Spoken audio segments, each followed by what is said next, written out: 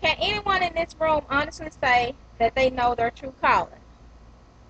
I have been asking myself this question for over 20 years, wondering if or when I would ever figure out my purpose on this earth. My mom and grandmother both played a major role in my life choices. Hello everyone, my name is Yolanda. I am 34 years old. I am currently employed as a paramedic for the City of Hernando Fire Department at Methodist University. Growing up as the only child in a single-parent household in a poverty-stricken inner-city project in Memphis, Tennessee. My mom worked 2 jobs to make ends meet and to get us out of the project.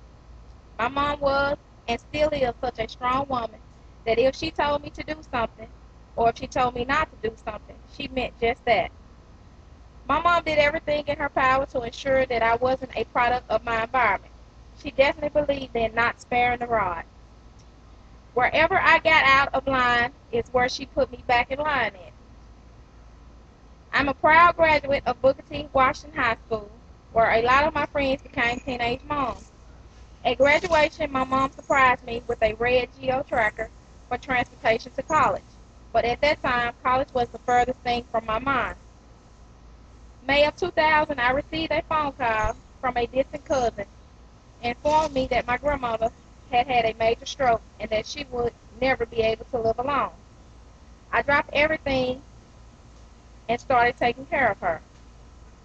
During the 4 years of taking care of my grandmother, she would always tell me how I would make a great nurse. After my grandmother died and my grieving process was over, I was back to the same question. What is my purpose on this earth? Well, after getting employed with the hospital, I started to notice how taking care of people made me feel. It brought me back to the same rewarding feeling that I got when I was caring for my grandmother.